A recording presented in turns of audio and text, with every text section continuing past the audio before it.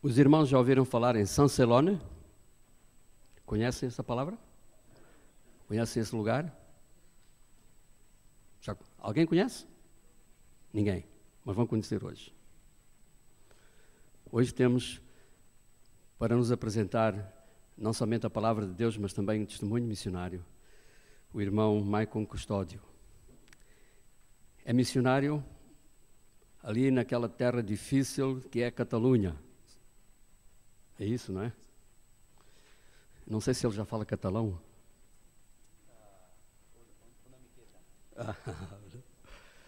Mas é uma língua que é interessante ouvida quando nós passamos por lá. Tem parecenças com o português, não sei porquê. Tem parecenças com o português mais do que com o espanhol. E esse irmão está ali a trabalhar um projeto missionário. Eu não vou falar sobre o projeto missionário porque desconheço por completo. E ele vai falar. Mas eu quero falar e quero dizer o seguinte. Não há privilégio maior que ser missionário. Não há privilégio maior do que ser separado por Deus para realizar uma obra que está no coração de Deus. O irmão Maicon é casado com Letícia e tem 2 filhas. Uma chama-se Ana, outra chama-se Sara, que hoje estão sem o seu pai. Provavelmente trabalhando. Exato. Deus nos abençoa através da mensagem. Irmãos, não sei se está funcionando, eu creio que sim, está funcionando. Vou pedir que os irmãos possam colocar o vídeo, onde diz Wall Spain 2015. Muito bem.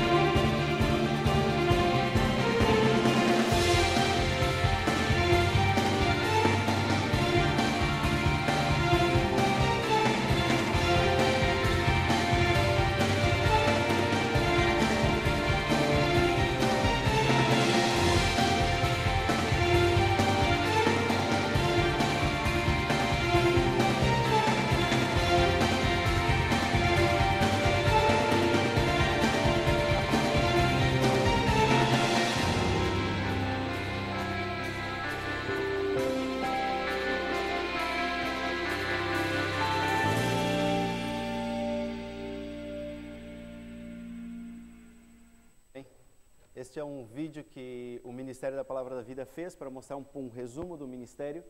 E também é importante dizer, irmãos, que o trabalho que se faz nesse vídeo não é o trabalho de uma família. É um trabalho de várias pessoas. Somos uma equipe com 6 famílias. Temos 4 famílias que estão na Catalunha e 2 famílias que estão na região de Madrid. E nós estamos muito contentes pelo trabalho que está sendo realizado. Deus tem nos abençoado bastante. Temos alcançado bastante números expressivos num contexto bastante difícil. Isso tem sido uma alegria muito grande, meus irmãos. E nós agradecemos também, como família em especial, o apoio, as orações, a provisão que tem feito diferença nas nossas vidas e no nosso ministério. Antes de irmos para a palavra, queria pedir o PowerPoint. Eu queria mostrar algumas imagens para os irmãos, especificamente do nosso ministério, e compartilhar alguns detalhes para os irmãos saberem no que os irmãos estão investindo? Em que vidas, em que situações, em que realidades exatamente? Bom, nossa família está aqui. Eu estive falando com o pastor Joed na quarta-feira. Ele me colocou no compromisso para a próxima vez estar com a família. É a segunda vez que eu estou aqui e a segunda vez sem a esposa e as filhas, né? Então a irmã Ida me disse, olha, o pastor tem que estar acompanhado pela esposa sempre, né? Eu disse, olha, então tá bem, na próxima vez o compromisso está posto. Nesta vez nós não podemos estar, porque a nossa filha pequena, Ana, ela está com varicela. Então foi impossível que ela chegasse, estamos esperando que a outra fique com a varicela também.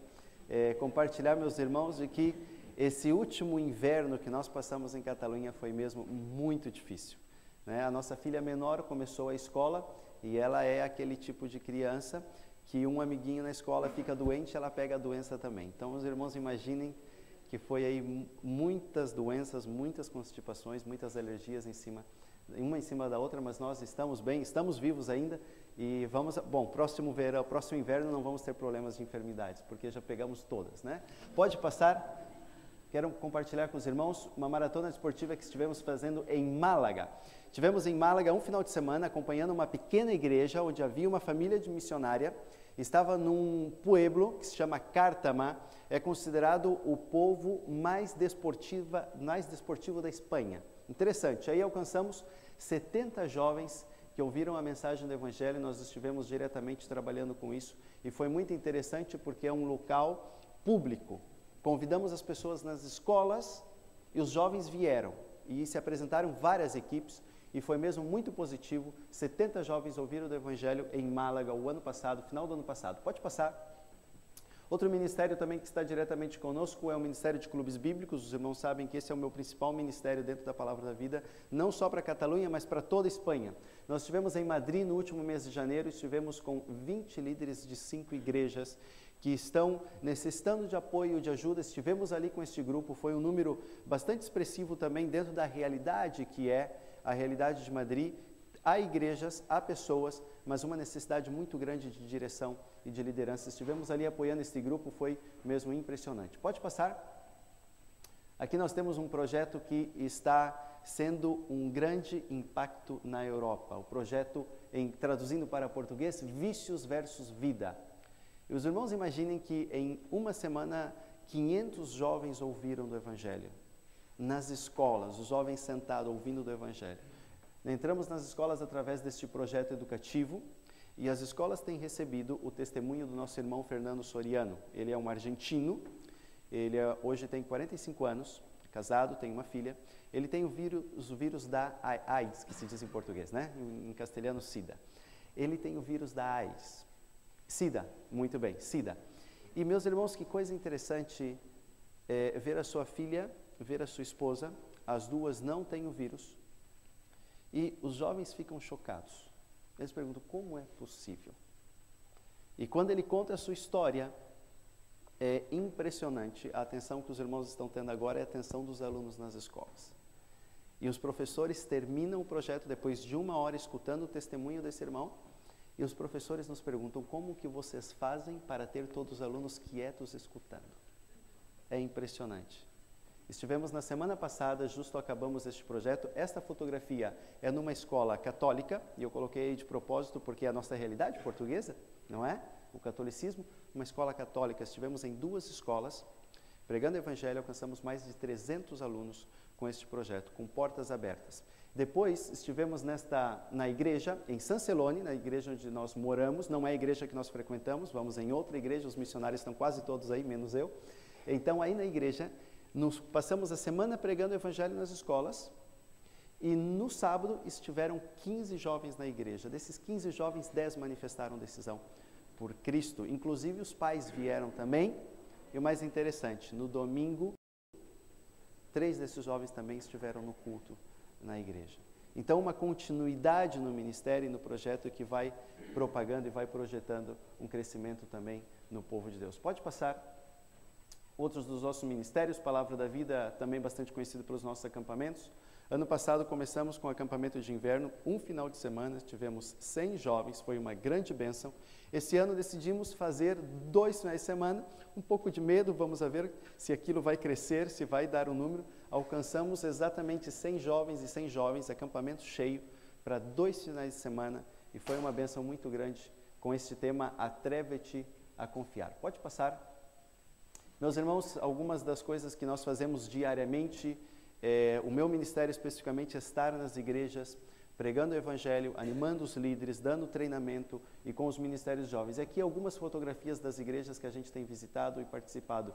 Igreja de Abrera, também na Catalunha, Girona, que é uma outra província da Catalunha. A igreja em Barcelona, aquele que está à esquerda, não, à direita, à minha esquerda, em cima, Barcelona é a igreja onde eu estou frequentando, onde nós temos aí trabalhado também com os adolescentes.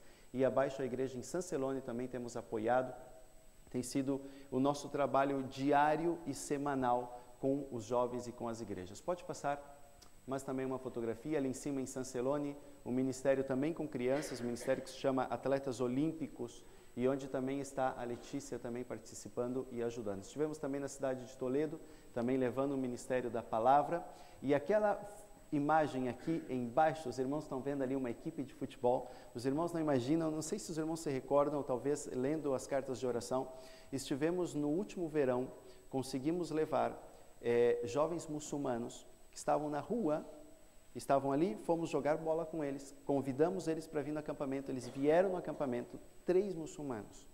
Então, esta fotografia foi tirada no último mês de janeiro, numa maratona desportiva em Barcelona, onde também estivemos pregando o evangelho, e convidamos eles novamente, estamos em contato com eles, e os jovens muçulmanos convidaram seus amigos, fizemos uma equipe de futebol, e eles foram os ganhadores da modalidade em que estiveram participando. Então, nós estamos em contato com eles e temos uma expectativa muito grande, no contexto espanhol, no contexto catalão, mas também chegando ao povo árabe, porque são muitos árabes que vivem na Espanha. Não é só no sul da Espanha que há árabes, também há muitos no norte, nós convivemos com muitos deles.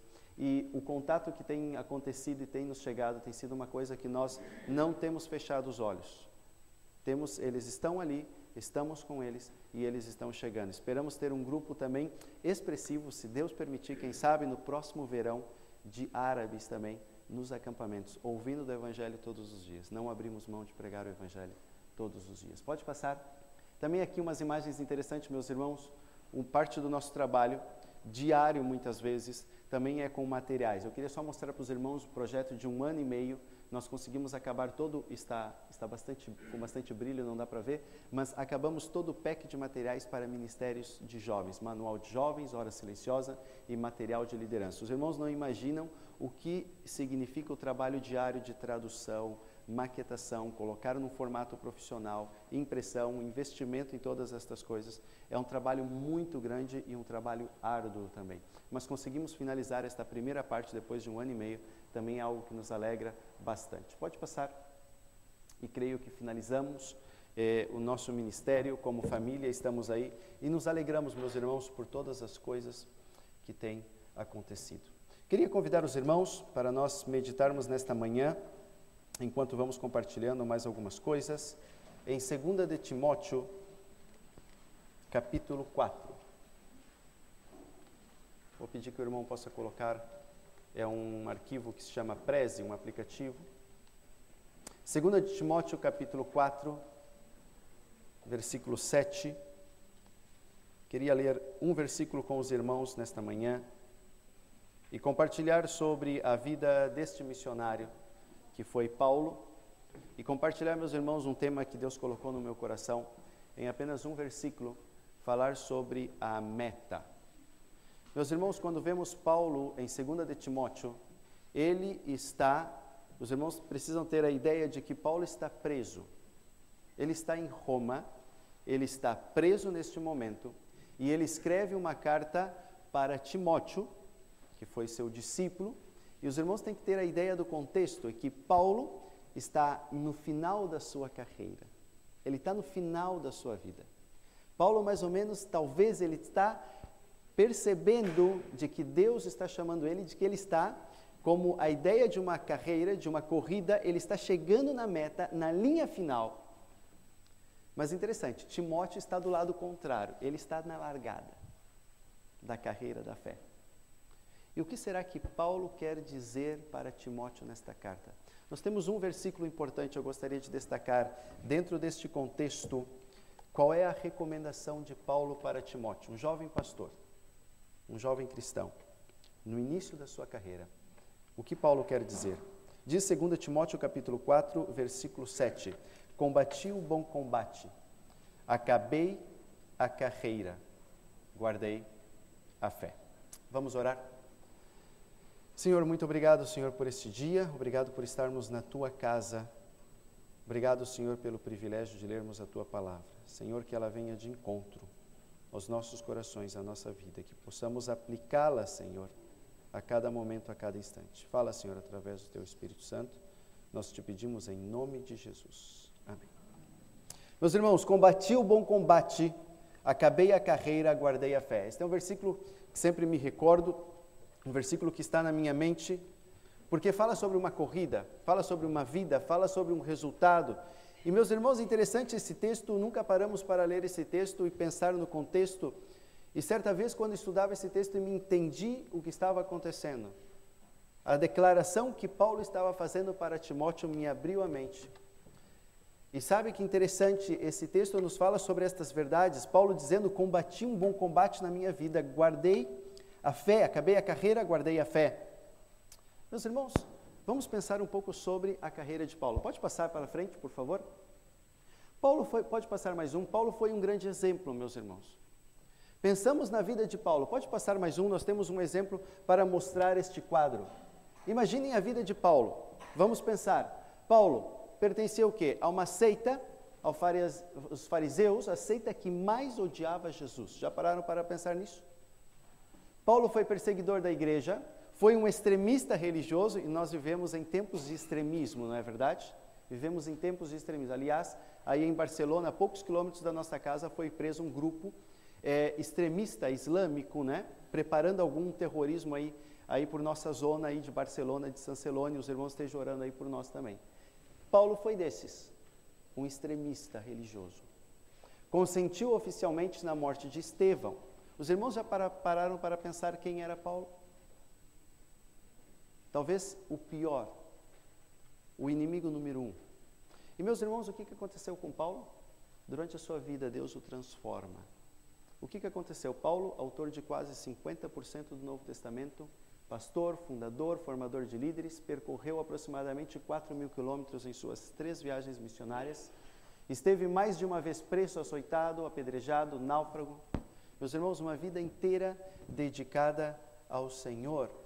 Paulo é um exemplo claro de alguém que, mesmo começando mal, pode acabar muito bem. E, meus irmãos, podemos pensar nas nossas vidas. Como está a tua vida hoje? Em que contexto tu recebeste a Cristo? Ou talvez, se tu não conhece a Cristo, como está a tua vida hoje? Paulo é um exemplo de alguém que, começando mal, pode acabar bem. E, meus irmãos, Paulo vai fazer 3 declarações que revelam 3 obstáculos que todo filho de Deus, todo cristão enfrenta em sua vida. E eu queria falar sobre essas 3 declarações e, mais especificamente, sobre esses 3 inimigos. Vamos ver o primeiro. O primeiro diz, a primeira parte deste versículo diz, combati o bom combate. Meus irmãos, que referência está fazendo aqui? Que combate está fazendo aqui? Que referência é esta? Que inimigo ele está enfrentando?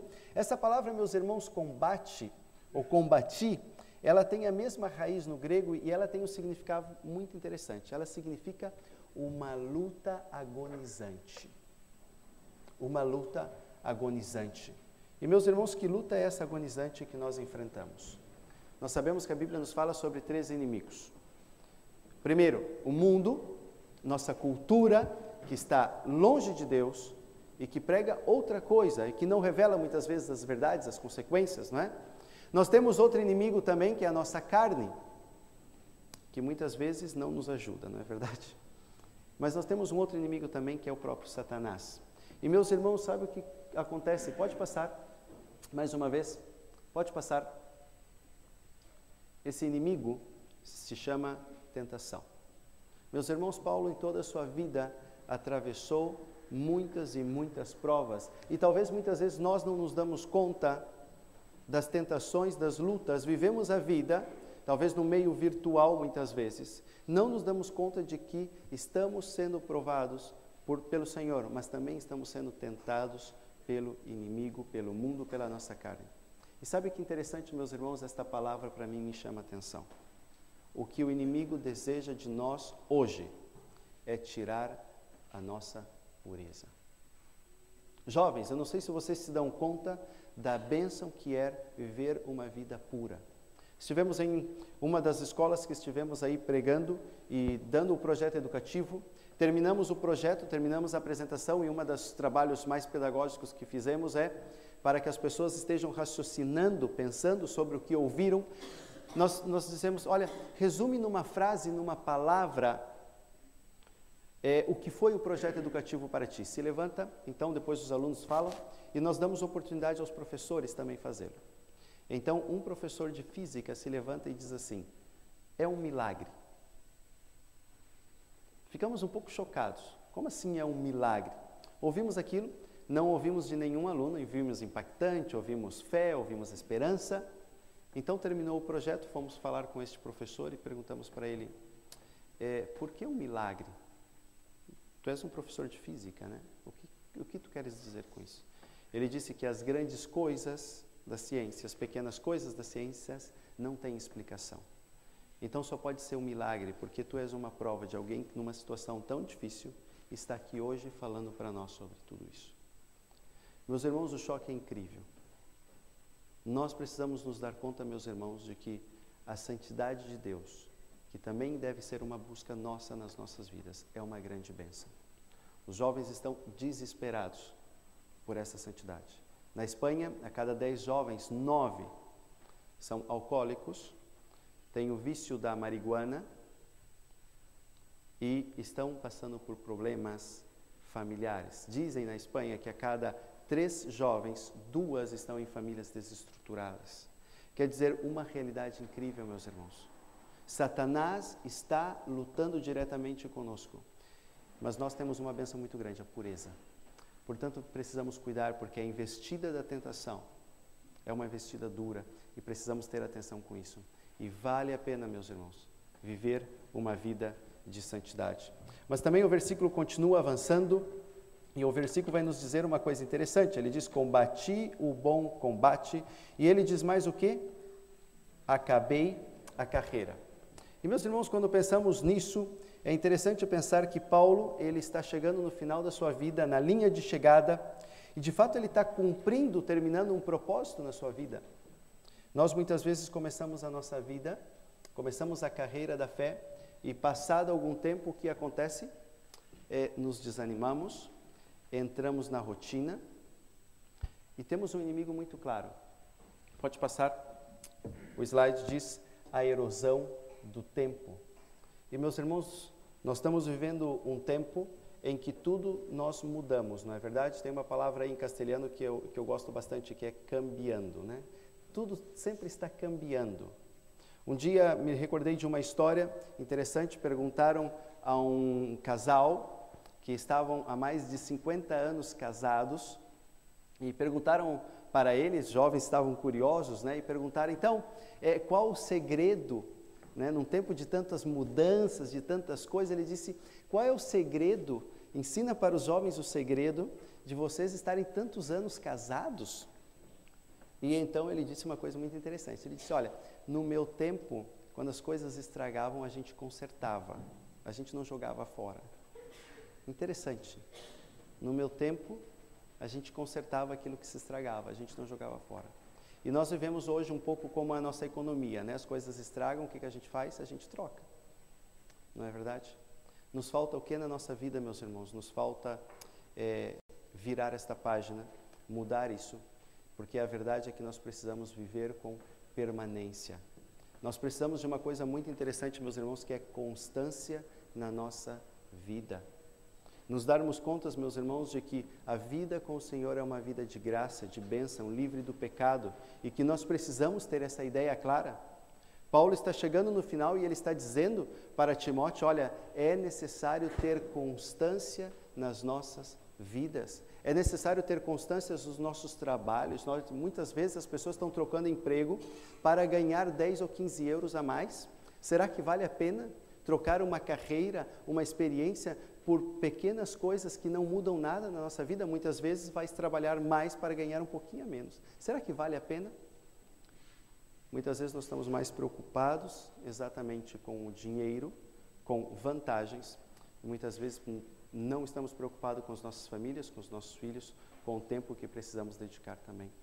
Meus irmãos, é necessário permanência para vencer, para ultrapassar os nossos medos, para ultrapassar os nossos inimigos, e Paulo está pregando sobre isso. Eu estava vendo um versículo muito interessante que está em Hebreus capítulo 12, versículo 1 e 2, eu vou ler para os irmãos, e que fala um pouco sobre essa ideia de permanência. Diz: portanto nós também, pois que estamos rodeados de uma tão grande nuvem de testemunha, deixemos todo o embaraço e o pecado que tão de perto nos rodeia, e corramos com paciência a carreira que nos está proposta, olhando para Jesus, autor e consumador da fé, o qual, pelo gozo que lhe estava proposto, suportou a cruz, desprezando a afronta, assentando-se à destra do trono de Deus. O que esse versículo tem a ver com a permanência? Bom, interessante que tem uma palavra clara que diz que nós devemos então correr a nossa carreira, e diz o quê? Com paciência. Com muita paciência, não com o nosso tempo. Meus irmãos, eu vi que os irmãos estão fazendo um curso, vão tratar sobre um curso de liderança, e uma das coisas que eu ouvi nos últimos tempos, e tenho ouvido e tenho falado sobre isso, é que nos nossos ministérios, nós não precisamos de mais velocidade. Nós estamos nos nossos ministérios rápidos, queremos estar atualizados. Nós não precisamos de mais velocidade nas nossas igrejas, meus irmãos, nós precisamos de direção correta. Porque ao andar em alta velocidade, nós estamos nos debatendo com problemas. Porque estamos preocupados em correr, em seguir uma cultura, seguir o mundo, seguir uma tecnologia, mas não estamos preocupados em estar na direção correta. E é preciso permanência para estar aí. E por último, meus irmãos, o texto também diz: combati o bom combate, acabei a carreira, ele diz, guardei a fé. Pode passar. Meus irmãos, é interessante também pensarmos sobre a fé. Quando Paulo está dizendo a Timóteo fé, ele não está se referindo àquela fé salvadora. Paulo está se referindo ao conjunto das doutrinas, ao conjunto dos ensinamentos, ao conjunto da verdade. E Paulo está dizendo para Timóteo: Timóteo, tu precisa guardar a fé que te foi passada. Meus irmãos, hoje em nossas vidas, como estão as nossas igrejas, como está a nossa fé? Vivemos num tempo em que nos falta paixão pelas coisas de Deus, paixão pelo Evangelho. Nós vivemos num tempo em que o que é errado passa a ser certo, o que é certo passa a ser errado, não é verdade? Nós vivemos num tempo em que algumas palavras são claras, até escrevi algumas aqui. Nós vivemos num tempo de revisionismos nos evangelhos, na palavra do Senhor, não é verdade? Hoje se publicam livros a todo momento dizendo: olha, esta é uma nova teologia. Revisionismos.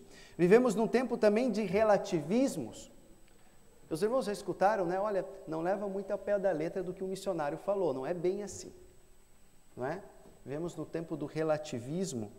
Meus irmãos, nós vivemos no tempo também dos profetismos. Quantas novas profecias têm sido dadas? A palavra do Senhor, meus irmãos, é para todo tempo, é para toda época, é para todas as culturas. Meus irmãos, nos falta muitas vezes fervor, ou talvez em outra palavra, eu coloquei esta palavra diferente, nos falta paixão pelas coisas de Deus, paixão por pregar o Evangelho, desejo de viver uma vida santa diante de Deus, meus irmãos. Muitas vezes nós estamos com um grande problema, vivemos vidas tíbias, não é? Ou melhor, dizendo, mornas. Estás tu vivendo uma vida morna com o Evangelho, com o Senhor, na tua igreja? Paulo está dizendo para Timóteo: Timóteo, é necessário combater o bom combate, é necessário lutar contra a tentação, é necessário permanecer, é necessário ter constância. Mas Paulo também diz uma coisa: é necessário guardar a fé, meus irmãos. Muitas vezes andamos nosso dia a dia, nos esquecemos que temos uma preciosidade. Aliás, a palavra evangelho significa o quê? Boas novas. E num mundo que necessita de novidade, necessita de esperança. Quero terminar contando uma história, meus irmãos, sobre esta breve meditação, mas contar uma história que nos emocionou muito na semana passada, estando nas escolas. nós terminamos uma das nossas apresentações do projeto educativo e sempre é impactante.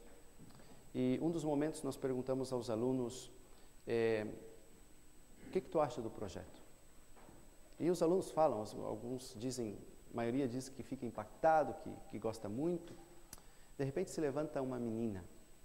Aquela menina, ela se levanta e diz assim, olha para a pessoa que estava falando, aquele que tinha o vírus da SIDA, ela diz assim, olha, tudo o que tu falou, desde o início da tua vida, até o resultado, até a SIDA, até a doença, até a quase morte, tudo o que tu disse é verdade. E ela disse assim, e sabe por que eu sei que é verdade?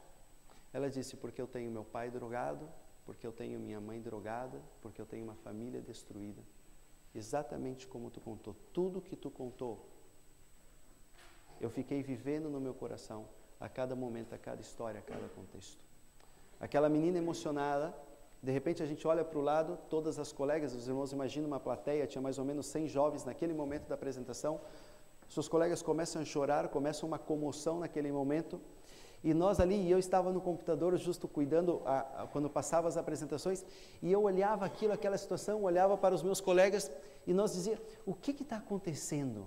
Não tinha acontecido, não aconteceu nunca aquilo. Então terminou o momento todo, terminou a apresentação, fomos falar com aquela menina, fomos falar com a professora, e a professora disse, olha, eu não sei o que aconteceu, não sei o que vocês falaram, mas essa aluna está conosco aqui há um bom tempo já. E ela nunca falou para ninguém a sua realidade de vida. Aquilo que passa na sua vida. Suas colegas começaram a chorar porque não conheciam a realidade. E ela dizia, tudo o que tu disse é verdade. E sabe, meus irmãos, a verdade está conosco, temos a verdade, está na Bíblia, está na palavra do Senhor. Os jovens estão necessitando de uma esperança, de conhecer que há mais do que aquilo que se ensina, que se prega na sua cultura, na sua vida. E meus irmãos, chegávamos em algumas escolas em que os professores passavam por nós, e nós tentando com toda a educação, as pessoas passavam reto, não conseguiam nem mirar na cara, olhar nos olhos, era impossível.